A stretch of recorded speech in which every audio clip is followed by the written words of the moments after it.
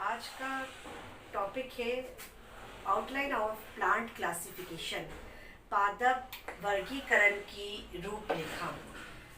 पादप वर्गीकरण की रूपरेखा क्लास 11th एनसीईआरटी का टॉपिक है। क्लास 11th में दे रखा है टॉपिक पादप जगत के नाम से, प्लांट किंगडम के नाम से। इस टॉपिक के बारे में हम समझेंगे। इस टॉपिक में सबसे फर्स्ट पादप को किस आधार पर वर्गीकृत किया गया, कितने प्रकार के वर्गीकरण है, तो हम 3 मुख्य आधार के वर्गीकरण पढ़ते हैं। सबसे पहला वर्गीकरण आता है आर्टिफिशियल क्लासिफिकेशन या कृत्रिम वर्गीकरण। कृत्रिम वर्गीकरण सबसे पहले जो दिया गया था आर्टिफिशियल क्लासिफिकेशन, ये क्वेश्चन पहले भी आ चुका है। कृत्रिम वर्गीकरण या artificial classification is based on 1 or 2 morphological character. कृत्रिम वर्गीकरण आधारित होता है तो किस पर आधारित होता है? 1 या 2 बाहरी लक्षणों पर। इसमें सिर्फ कितने लक्षणों को कंसीडर किया जाता है? 1 या 2 लक्षणों को। संपूर्ण वर्गीकरण नहीं है, केवल 1 या 2 लक्षणों को लिया जाता है, वो भी मॉर्फोलॉजिकल कैरेक्टर्स को लिया जाता है। इस वर्गीकरण को देने वाले वैज्ञानिक कौन थे? एरिस्टोटल, अरस्तु। एरिस्टोटल को आप जानते हो, father of biology, father of zoology, Aristotle. Linnaeus, Carolus Linnaeus, इसके बारे में जब हम प्लांट क्लासिफिकेशन पढ़ते हैं, जिसकी स्टडी हम किसके अंतर्गत करते हैं? टेक्सोनोमी के अंतर्गत। तो father of taxonomy, father of modern taxonomy, father of plant taxonomy, father of animal taxonomy कौन है? कैरोलस लीनियस, जिन्होंने बाइनोमियल सिस्टम भी दिया था। फाउंडर ऑफ बाइनोमियल सिस्टम भी कौन है? Carolus Linnaeus. ध्यान रखिएगा बेटा, इस टॉपिक में बहुत सारे साइंटिस्ट आते हैं, बहुत सारे एग्जाम्पल्स आते हैं। उसका एग्जाम्पल्स आप लोग कोडिंग से भी कई याद करते हैं, पर सबसे अच्छी तरीका है कि आप इसको जितने बार पढ़ लेंगे वो आपको रिकॉल होते जाएंगे और याद हो जाएंगे, चाहे प्लांट क्लासिफिकेशन हो चाहे एनिमल क्लासिफिकेशन हो। एग्जाम्पल को भी ट्रिक से याद करके ट्रिक को छोड़ देना चाहिए, क्योंकि लॉजिक नहीं लग पाता है एंड टाइम पर। टाइम मैनेजमेंट जब हमें करना रहता है तो हम इतना लॉजिक नहीं लगा पाते पूरी ट्रिक से। ट्रिक को समय छोड़कर सारी चीज़ों को दिमाग में फिट कर लेना चाहिए, और उसका तरीका एक ही है कि आप उसको बार बार पढ़ते रहेंगे। इसीलिए मैंने आज जेनेटिक्स से पहले इसको स्टार्ट कर दिया, प्लांट क्लासिफिकेशन को कि इसकी स्टार्टिंग हो जाएगी। तो एक एक वीडियो आप इसके बीच बीच से देखते रहेंगे, जितना टाइम मिलता जाएगा उतना उसको डीप में लेते जाएंगे। अदरवाइज क्वेश्चन के हिसाब से हम इसको बहुत ज़्यादा डीप में नहीं पढ़ेंगे। किन साइंटिस्ट ने दिया था? एरिस्टोटल ने, और उसके बाद में कैरोलस लीनियस। कैरोलस लीनियस आपको मालूम है father of taxonomy, very important scientist है। इनका क्लासिफिकेशन भी कैसा था? Artificial classification.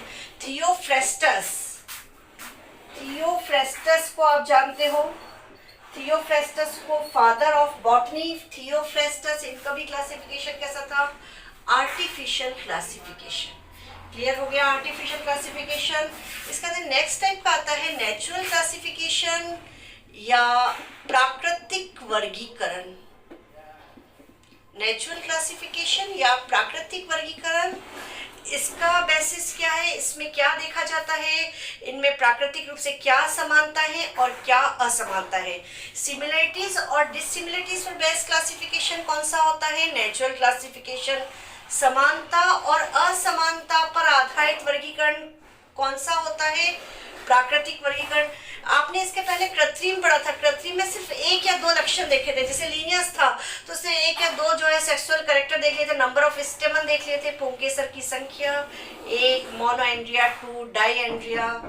तो ये जो क्लासिफिकेशन था 1 या 2 कैरेक्टर पर था, पर इसमें देखिएगा कि इसमें बाहरी लक्षण तो लिए ही गए हैं, एक्सटर्नल कैरेक्टर तो है ही, साथ में इंटरनल फीचर्स को, आंतरिक लक्षणों को भी लिया गया है। और पादप के आंतरिक लक्षणों का अध्ययन विज्ञान की जिस शाखा में किया जाता है, बॉटनी के उसको हम क्या बोलते हैं? एनाटॉमी। तो इसमें एनाटॉमी को भी देखा गया, आंतरिक लक्षण को मतलब सेक्शन कटिंग करके किस तरह से प्लांट में रूट से, स्टेम में, लीज है। एम्ब्रियोलॉजी को भी देखा गया, एम्ब्रियो का डेवलपमेंट कैसा हो रहा है, और फाइटोकेमिस्ट्री मतलब प्लांट के जो केमिकल्स हैं उनकी भी स्टडी की गई। तो कई सारी चीज़ों को इसके अंदर लिया गया था नेचुरल क्लासिफिकेशन में, जो आर्टिफिशियल क्लासिफिकेशन में कमी थी। मतलब क्या कमी थी आर्टिफिशियल क्लासिफिकेशन में कि सेक्सुअल कैरेक्टर को इतनी ज़्यादा इंपॉर्टेंस नहीं दी गई थी। इसमें फ्लोरल करेक्टर को इम्पोर्टेंस दी गई थी। ये इसका एक मेन फीचर था कि फ्लोरल करेक्टर को इम्पोर्टेंस दी गई थी as compare to vegetative character. और फ्लोरल करेक्टर ज़्यादा कंजर्वेटिव होते हैं। इसको देने वाला साइंटिस्ट था जॉर्ज बेंथम एंड हुकर। इस वर्गीकरण को देने वाला वैज्ञानिक कौन सा है? बेंथम और हुकर। तो बेंथम और हुकर का वर्गीकरण किस प्रकार का था? नेचुरल क्लासिफिकेशन था, प्राकृतिक वर्गीकरण था, या प्राकृतिक वर्गीकरण किसने दिया? बेंथम और हुकर ने। इस पर क्वेश्चन किस तरह से आता है? लिनियस ने पादप को 24 वर्गों में वर्गीकृत किया। 24 क्लासेस उसने बताई थी, 23 फ्लावरिंग की और एक जो क्रिप्टोगैमस है नॉन फ्लावरिंग की। तो लिनियस ने पादप जगत को 24 वर्गों में वर्गीकृत किया। उसका वर्गीकरण किस प्रकार का था? तो कैसा था? आर्टिफिशियल। नेचुरल क्लासिफिकेशन में बहुत सारी चीज़ों को देखा गया था, बेस्ट क्लासिफिकेशन था, बट एक कमी थी इसमें भी कि इसमें फाइलोजेनी को कंसीडर नहीं किया गया था, जाति वृत्ति को ध्यान में नहीं रखा गया था। नेक्स्ट क्लासिफिकेशन कौन सा आ जाता है? फाइलोजेनेटिक क्लासिफिकेशन या जाति वृत्ति वर्गीकरण। इस नेचुरल क्लासिफिकेशन के बाद में जितने भी क्लासिफिकेशन है वो कौन से होते हैं? फाइलोजेनेटिक या जाति वृत्ति वर्गीकरण। क्या आधार है इसका? आधार है विकासीय संबंध, इवोल्यूशनरी रिलेशनशिप को इसको आधार बनाया गया है। विकासीय संबंध पर आधारित वर्गीकरण को क्या कहते हैं? जाति वृत्तीय वर्गीकरण। मतलब फाइलोजेनेटिक में नेचुरल वाली चीजें तो थी ही, साथ में किसको ध्यान में रखा गया है? इवोल्यूशनरी रिलेशनशिप, विकासीय रिलेशनशिप को ध्यान में रखा गया है। फाइलोजेनी को कंसीडर किया गया है। फाइलोजेनी का मतलब होता है जाति वृत्ति। Phylogeny means sequence of evolution. Phylogeny का मतलब क्या हो गया? सीक्वेंस ऑफ इवोल्यूशन, यानी कि विकास का क्रम। इसके अंदर ध्यान रखा गया था विकास के क्रम को। क्या कहती है फाइलोजेनी? फाइलोजेनी के हिसाब से सबसे पहले कौन से प्लांट डेवलप हुए हैं? थैलोफाइटा।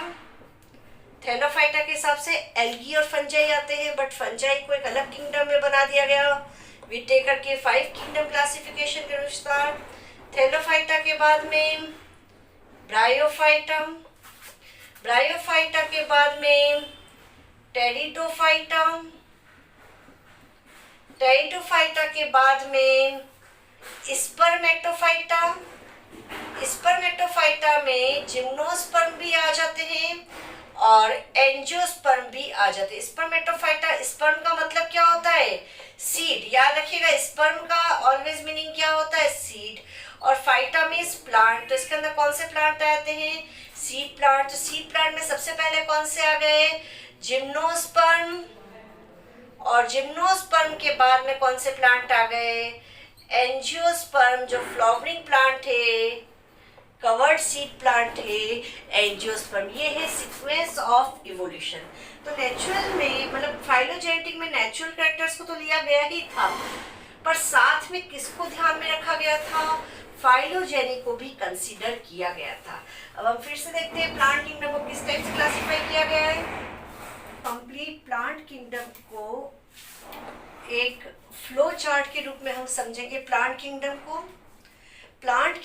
को डिवाइड किया है क्रिप्टोगेम्स एंड फेनेरोगेम्स। क्रिप्टोगेम्स का मतलब होता है नॉन फ्लावरिंग प्लांट, अपुष्पी पादप। इसके लिए कौन सा ग्रुप बनाया गया है? क्रिप्टोगेम्स। और एक वर्ड हम यूज कर रहे हैं फेनेरोगेम्स। फेनेरोगेम्स या पुष्पीय पादप या पुष्प जैसी संरचना वाले पादप। तो ध्यान दीजिएगा क्रिप्टोगेम्स जो होते हैं इसके अंदर सीड नहीं होता है, बीज नहीं पाया जाता है, फ्लावर नहीं होता है और फ्रूट नहीं होता है। ये प्लांट का कौन सा ग्रुप है? क्रिप्टोगेम्स। फेनेरोगेम्स होते हैं सीडेड प्लांट, जिसमें सीड पाया जाता है। वो प्लांट्स कौन से हैं? फेनेरोगेम्स। फेनेरोगेम्स और क्रिप्टोगेम्स। तो क्रिप्टोगेम्स में कौन कौन से ग्रुप आ जाते हैं? थैलोफाइटा, ब्रायोफाइटा और टेरिडोफाइटा। हिंदी इंग्लिश दोनों में कौन सा वर्ड यूज होता है? थैलोफाइटा, ब्रायोफाइटा और टेरिडोफाइटा। ध्यान दीजिएगा, और साइंटिस्ट थैलोफाइटा के अंदर इंक्लूड करते थे एल्गी और फंजाई दोनों को, क्योंकि दोनों की बॉडी कैसी होती है, थैलस जैसी, बट विटेकर के क्लासिफिकेशन के अकॉर्डिंग। 5 किंगडम क्लासिफिकेशन आप लोगों ने पढ़ा है विटेकर का। विटेकर के 5 किंगडम क्लासिफिकेशन के अनुसार फंजाई के लिए एक अलग किंगडम बना दिया गया है, वो किंगडम है mycota. Fungi not included in kingdom Plantae. कवक को पादप जगत में सम्मिलित नहीं किया गया है, क्योंकि इसमें क्लोरोफिल नहीं पाया जाता है, फोटोसिंथेसिस नहीं कर सकता है। तो थैलोफाइटा में विटेकर के अकॉर्डिंग ओनली क्या रहेगा, एल्गी। ब्रायोफाइटा, प्लांट का इवोल्यूशन चल रहा है, विकास क्रम में देखिए थैलोफाइटा से कौन सा आ गया, ब्रायोफाइटा। जो विटेकर का क्लासिफिकेशन था वो भी कैसा था, फाइलोजेनेटिक। ब्रायोफाइटा का देन टाइडोफाइटा। ये तीनों प्लांट्स ऐसे हैं जिसमें सीड का फॉर्मेशन नहीं होता है। थैलोफाइटा में, ब्रायोफाइटा और टाइडोफाइटा में सीड का फॉर्मेशन नहीं होता है, फ्लावर का फॉर्मेशन नहीं होता है, और फ्रूट का फॉर्मेशन नहीं होता है। तीनों प्लांट्स के अंदर ध्यान रखिएगा बेटा।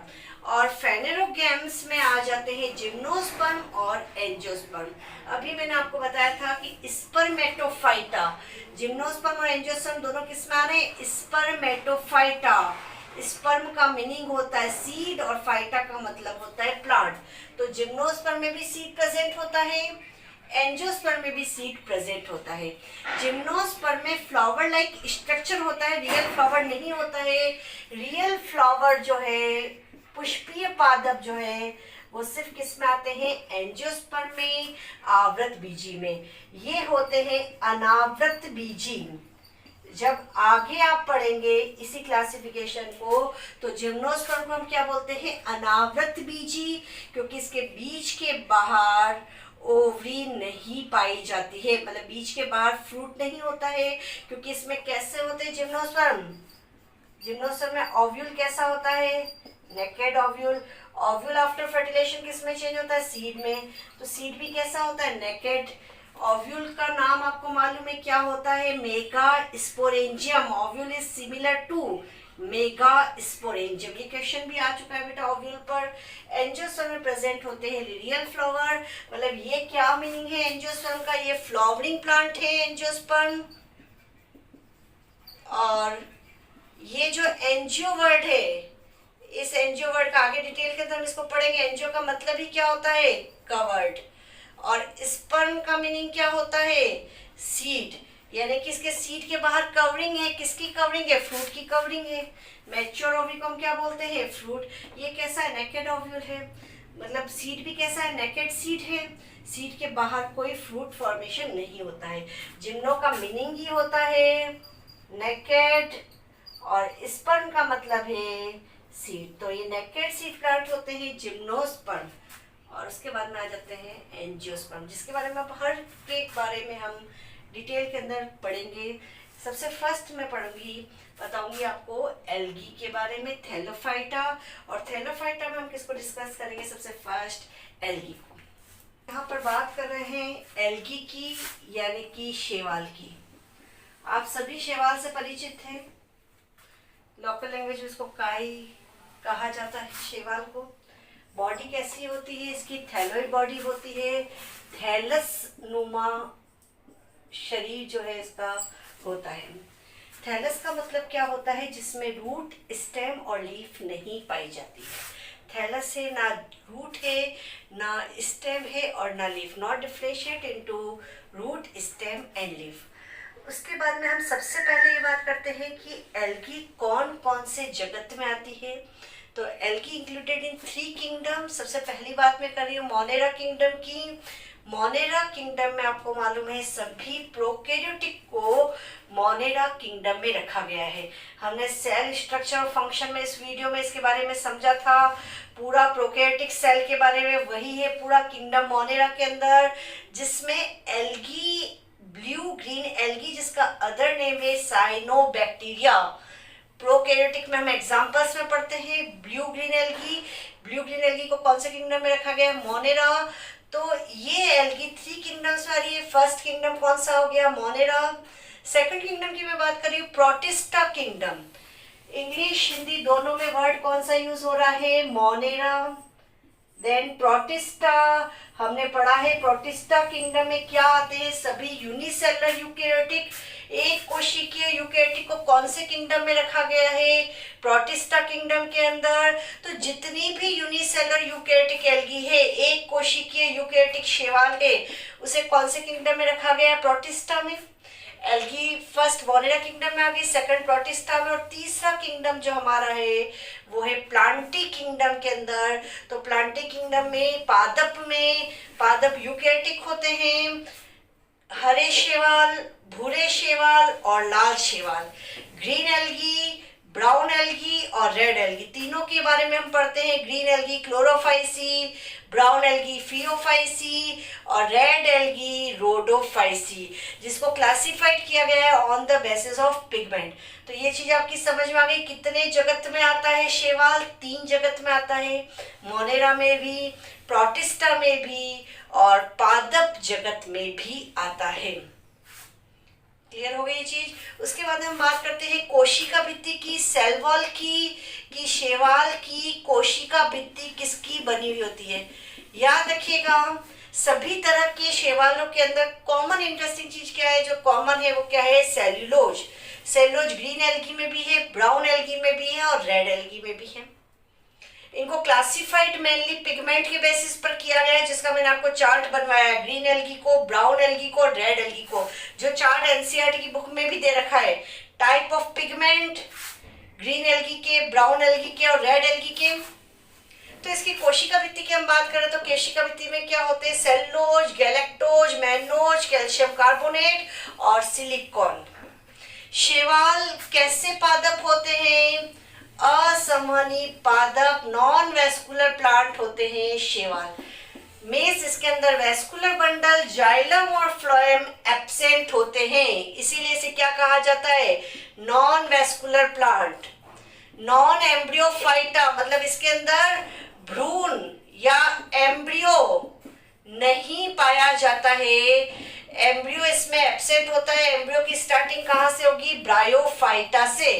अब ये क्वेश्चन दिमाग में आता है कि नॉन एम्ब्रियोफाइटा या इसमें एम्ब्रियो क्यों नहीं प्रेजेंट होता है? इसमें मेल गैमेट है, फीमेल गैमेट है, जाइगोट का फॉर्मेशन हो रहा है, पर जाइगोट फर्दर एम्ब्रियो में डेवलपमेंट क्यों नहीं हो रहा है? क्यों नहीं हो रहा है? क्योंकि इसके जाइगोट में कौन सा डिवीजन हो जाता है? मियोसिस। हमने पढ़ा था टाइप ऑफ मियोसिस में, zygotic meiosis found in Thallophyta. तो जाइगोट में कौन सा डिवीजन हो गया? मियोसिस। अगर मियोसिस डिवीजन जाइगोट में हो जाएगा तो एम्ब्रियो का फॉर्मेशन नहीं होगा, क्योंकि जाइगोट ही फर्दर किस में डेवलप होता है? एम्ब्रियो के अंदर। तो जाइगोट में मियोटिक डिवीजन हो गया, इसलिए एम्ब्रियो का फॉर्मेशन नहीं हुआ। नेक्स्ट बात हम करते हैं रिप्रोडक्शन इन एल्गी। एल्गी में किस टाइप का रिप्रोडक्शन पाया जाता है? वेजिटेटिव भी मिलता है, एसेक्सुअल भी मिलता है एंड सेक्सुअल रिप्रोडक्शन भी मिलता है।